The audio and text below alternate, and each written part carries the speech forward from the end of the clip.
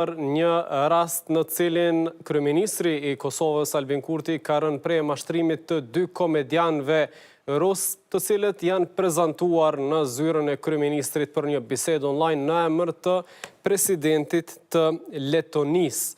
Këtë mashtrim e ka pranuar kryeministri Kurti se ka rënë prej e këtyre dy komedianëve, ndërsa këta dy janë Vovan dhe Leksus, Vladimir Kuznestov, që është Vovani, dhe Aleksej Stolujarov, që është Leksus. Këta janë dy komediantë të cilët janë përkrahës të presidentit të Rusisë Vladimir Putin, dhe dorën zemër nuk është i pari Kurti i cili bie prej këtij mashtrimi, po është një temë tjetër që u diskutua shumë gjatë ditës së sotme, tek e cila do të vijojmë, por fillimisht do të flasim për mënyrën se si këta dy i qasen politikanëve botror. Këta tentojnë të prezantohen si politikan ose ekonomist ose biznesmen nga gjithë bota për të rënë në kontakt me kabinetet e liderëve global, dhe ata që pranojnë të diskutojnë, më pas bisedat e tyre dalin në publik në njërën prej platformave Rumble, që e kanë ata si kanal të tyre dhe e publikojnë çdo bisedë me liderët botror.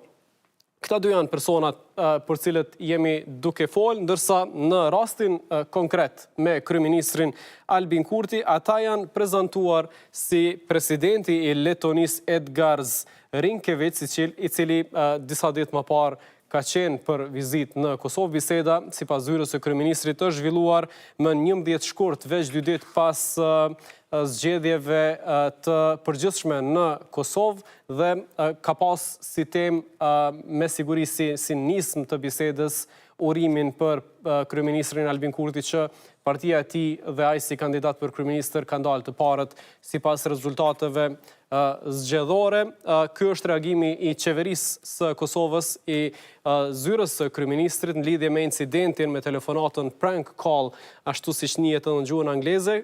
Sqarohet se kjo ka ndodhur më 11 shkurt pak pas zgjedhjeve, në një periudhë kur kryeministri Kurti po pranonte mesazhe të shumta urimi dhe thirrje për rezultatin e zgjedhjeve për shkak të kohës. Jo gjithmonë ishte e mundur të kryeshin verifikimet e plota të çdo telefonate, pra zyra e kryeministrit e pranon se nuk i ka kryer gjitha verifikimet e kësaj ftese për të biseduar me shefin e qeverisë, por sipas zyrës së kryeministrit, ky incident fatkeq përforcon atë që e kemi ditur prej kohësh, siç thot qeveria. Rusia është e fiksuar pas Kosovës dhe vazhdon ta ketë cak vendin tonë. Teksa na vjen keq që kryeministri Albin Kurti u bë shënjesër në një thirrje të tillë, ky episod rikonfirmon qëndrimet parimore dhe konsistente të kryeministrit Kurti për çështjet kyçe si në biseda publike, ashtu edhe në biseda private. Tash është një pjesë e fajit pse nuk është verifikuar se kush po flet me kryeministrin, por ajo që asgjoj debat publik sot në Kosovë ishte se çka u fol në këtë bisedë mbi 10 minuta.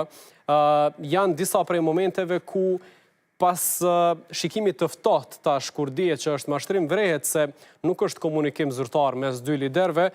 Do të flasim fillimisht për një pjesë të bisedës ku Albin Kurti, kryeministri i Kosovës, i tregon presidentit të Letonisë, i cili nuk është në fakt ai, për mënyrën se si ka shkuar fushata zgjedhore, ku përmenden 3 aspekte: ndikimi i Serbisë dhe Rusisë, çështja e opozitës dhe e disa biznesmenëve me të cilët ka pasur diskurs negativ gjatë fushatës zgjedhore. Ndjekim deklaratën. Hybrid war, disinformation in this. Second was irrational promises of the opposition, who were sort of flirting with a hybrid war. And third is some oligarchs in our country, especially one of them. Përveç temave të brendshme, Kurti ka folur edhe për çështje të diplomacisë, madje edhe për çështje globale. E para do ta ndajmë deklaratën ku flet për Richard Grenell, ish emisar i Shteteve të Bashkuara të Amerikës për çështjet të dialogut Kosovë-Serbi, me cilin ka pas probleme në raport me të edhe sa ka qenë kryeministër në mandatin e parë, por në këtë pjesë të bisedës flitet edhe për orientimin e tij seksual, por edhe për detyrën e re që ka në administratën e Trumpit. Against LGBTIQ, even though he is himself gay. So, Mr. Grenell, he is himself gay, and he got. You know that I'm a gay. You know that I'm a gay. No, I don't. I'm an open gay, so it means that I'm against him, and so. He is. I will just find out. I'm sorry for this, but it was a shock to all of us, the position that he has been given. Pra këtu vret pak a shumë që nuk është bisedë zyrtare, presidenti i thirrur i Letonisë, në këtë rast Vovani ose Lexus, po i tregon Kurtit që edhe ai i përket orientimit seksual gay, duke folë për Grenellin dhe paksa mbetet si i çuditur edhe vetë kryeministri, duke thënë që nuk e ka pas një informacion të tillë. Sa i përket Serbisë edhe Rusisë, vret po ashtu një moment ndoshta i shakas i taljes së këtyre dy komedianëve të ashtu quajtur, kur flitet për sulmin terrorist në kanalin e i Bërlepensit, në Zubin Potok. But who was behind it? I think it was Serbia, maybe also Russia, but Serbia for sure. Are you sure? Yes. There are so many elements that show in that direction that this Radojčić group is behind. Oh, really? Pra, Serbia me siguri, por ka mundësi që edhe Rusia qëndron prapa sulmit terrorist në kanalin e Ibër Lepensit Zubin Potok dhe pastaj vjen një e qeshur për bashkëfolsin e Kurtit në këtë rast, duke e pyetur se a je i sigurt. Pastaj ky i tregon që ka indikacione dhe informacione se mund të ketë ndikim edhe rus përveç serb. Gjithashtu në këtë bisedë rrokën edhe tema globale si lufta në Ukrainë, duke përmend edhe histori të talibanëve në raport me Shtetet e Bashkuara të Amerikës. So even Talibans were getting so much equipment until they kicked out Soviet Union. And now Ukraine should kick out Russian Federation. But for that end... So you compare Ukraine and Taliban, right? No, I'm not comparing them two. I'm just saying that it is very important to get sophisticated weapon against Russia.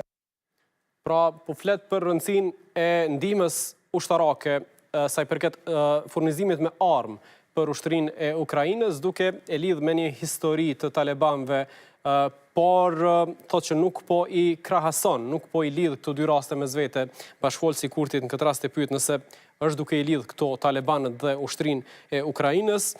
Kjo video, disa sekuenca të kësaj bisede u treguan në këtë rubrik, ngjalli shumë komente për mënyrën se si kryeministri Albin Kurti komunikon me një lider tjetër në një bisedë të mbyllur, sa i përket çastës së tij edhe për tema të brendshme edhe për tema të rajonale, po edhe për tema globale. Ajo që vlen po ashtu të diskutohet është edhe komentet që i dhanë partitë opozitare dhe liderët opozitar. Lumir Abdigjiku i Lidhjes Demokratike, veç të tjerëve e publikoi një video pa folur shumë, veç reagimi i tij tregon se si e komenton ai këtë bisedë të mashtruese të Vovan dhe Lexus ndaj kryeministit Kurti. E ndjekim nëse e kemi. I think it was Serbia, maybe also Russia, but Serbia for sure. Are you sure? Yes. Paka shumë, ky është reagimi i Abdigjikut, por historia e Vovan dhe Lexus nuk është që nis tashme bisedën e tyre me Albin Kurtin. Ata kanë mashtruar lider të fuqishëm botror, duke fillu prej George Bush, ish presidentit Amerikan, Hillary Clinton, Mike Pompeo, ish drejtori i CIA-s amerikane, Boris Johnson të Mbretërisë së Madhe, Pedro Sancho të Spanjës, për ata që mund të quajnë baban e politikës në Kosovë, Albin Kurtin, Vovan dhe Lexus, e kanë mashtruar edhe babain e diplomacisë amerikane, Henry Kissingerin, ka një bisedë të tyre me të, po ashtu edhe me Giorgia Melonin e Italis, Kaja Kallas të Estonisë dhe plot lider të tjerë, të cilëve u prezentohen herë si biznesmen afrikan, herë si Petro Poroshenko, ish presidenti i Ukrajinës, herë si të tjerë diplomat e lider.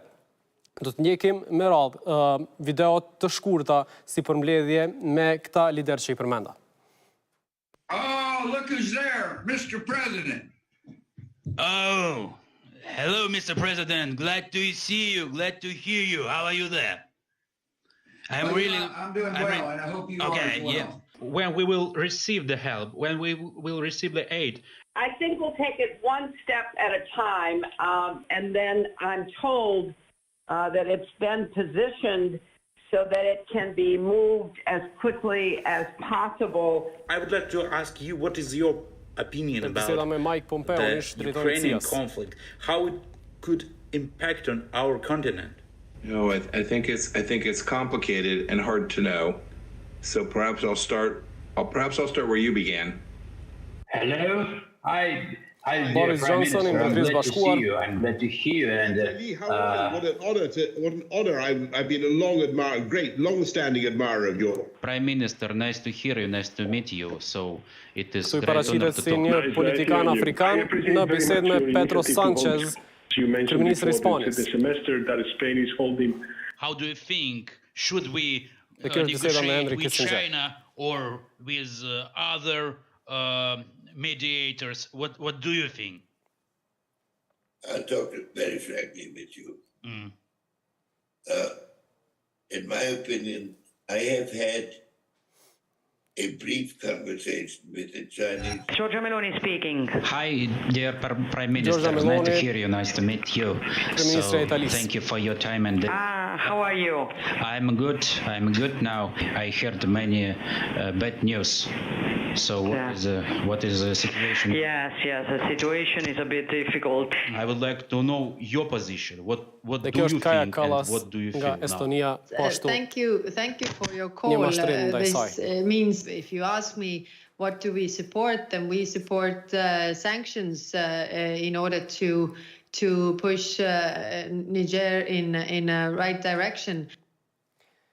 Kosova nuk është sefte shënjestër e këtyre dy komedianëve rus. Ata kanë pasur më herët komunikime edhe me lider të tjerë të Kosovës pas prenkut në cilin ra pre ish kryeministri i Maqedonisë së Veriut Zoran Zaev, Vovan dhe Lexus kishin biseduar me ish kryeministrin e Kosovës Ramush Haradinaj në vitin 2019. Me Zaevin kishin folur madje edhe për idenë e shkëmbimit të territoreve, i cili ua kishte shprehur shqetësimin se kjo ide mund të çonte në konflikt rajonal, ndërsa pas asaj bisede Ramush Haradinaj kishte publikuar një status në Twitter, në rrjetin social, duke thënë që ka biseduar me Petro Poroshenkon, ish presidentin e Ukrainës. Në këtë tweet thuhet që i uroj njerëzve në Ukrainë, qytetarëve të Ukrainës, zgjedhje të lira dhe demokratike. Për Petro Poroshenkon, mikun tim dhe kryeministrin e tij të ardhshëm Vovan Lexusov, pra një emër që nuk ekziston si kryeministër i Ukrainës, pra është Vovan dhe Lexus, ashtu i është paraqitur Haradinajt se do të jetë kryeministër i Ukrainës. Vovan Lexusov ja uron gjithat mirat në leadershipin e Ukrainës, ndërsa më pastaj ishte sqaruar se e ka kuptuar që ka rënë prej një bisede të dy mashtruesve ruse. Ndjekim sqarimin e tij. Me president Poroshenko kam folë, po edhe me kolegët pastaj. Pra, bisedën e pare, në fakt një ose dy biseda kam pas me te vetë, për një linje të sigurt, çfarë quhet ajo, ndërsa ka ndodhur një bisedë pashtu për një linje të hakume. Pra, mos harroni teknologjia sot e ka mundsuar që hyn në telefon dikuj, edhe thirrin prej tij. Kjo është ajo që ka ndodhur. Për fat mirë biseda që kom bëu unë nuk ka dalë për shablonit që bëjmë të raste. e kërkojmë njohjen edhe kaq. Edhe për këtë arsye edhe nuk e kanë publikuar shumë këto. Tentim për të diskutuar si politikan të mbështjell, pra mashtrues, ka pas edhe me kabinetin dhe presidentin e asokoshëm Hashim Thaçi, por ai ka treguar vetë në pikrisht në të njëjtën kohë se ka rritur t'i demantoj dhe t'i zbuloj, se nuk janë njerëz lider, zyrtar, shtetëror, por janë mashtrues, e ka thënë edhe vetë në një deklaratë për media, e dëgjojmë. Mashtruesit që ka dhënë prej të tjerët kanë pretenduar të dëvërtojnë edhe në zyren time, por është fat që sido që tjetë për institucionin e Kosovë, këtu ku punoj në presidencë, ka pasur kujdes maksimal, sepse unë nuk më flas me dikë pa që im paraprakisht i informuar, pa i njohur temat me cilat mund t'i flas, dhe pastaj pa u lidhur të dy kabinetet e presidentit Kosovës me autoritetin që dëshiron të flas, dhe ka qenë para 7-8 muajsh kjo përpjekje e tyre për të biseduar me mua si presidenti i Kosovës, kështu që falenderoj kabinetin për punën e tyre shumë profesionale që kanë preventu këtë mundësi të një komunikimi të drejt për drejt të këtyre dy mashtruesve në emër të presidentit të Ukrainës Poroshenko. Tash, mediat botërore në vazhdimsi kanë raportu për Vovan dhe Lexus, këta dy komedian që me gjithat i shërbejnë Moskës, i shërbejnë presidentit rus Vladimir Putin. Në një bisedë të këtyre të dyve me një gazetar të CNN-it, ata thonë që përmes këtyre mashtrimeve duan që të kuptojnë ose të marrin deklarata, biseda që nuk thuhen publikisht, thuhen vetëm në komunikime të ngushta, ato më pastaj i kupton edhe publiku.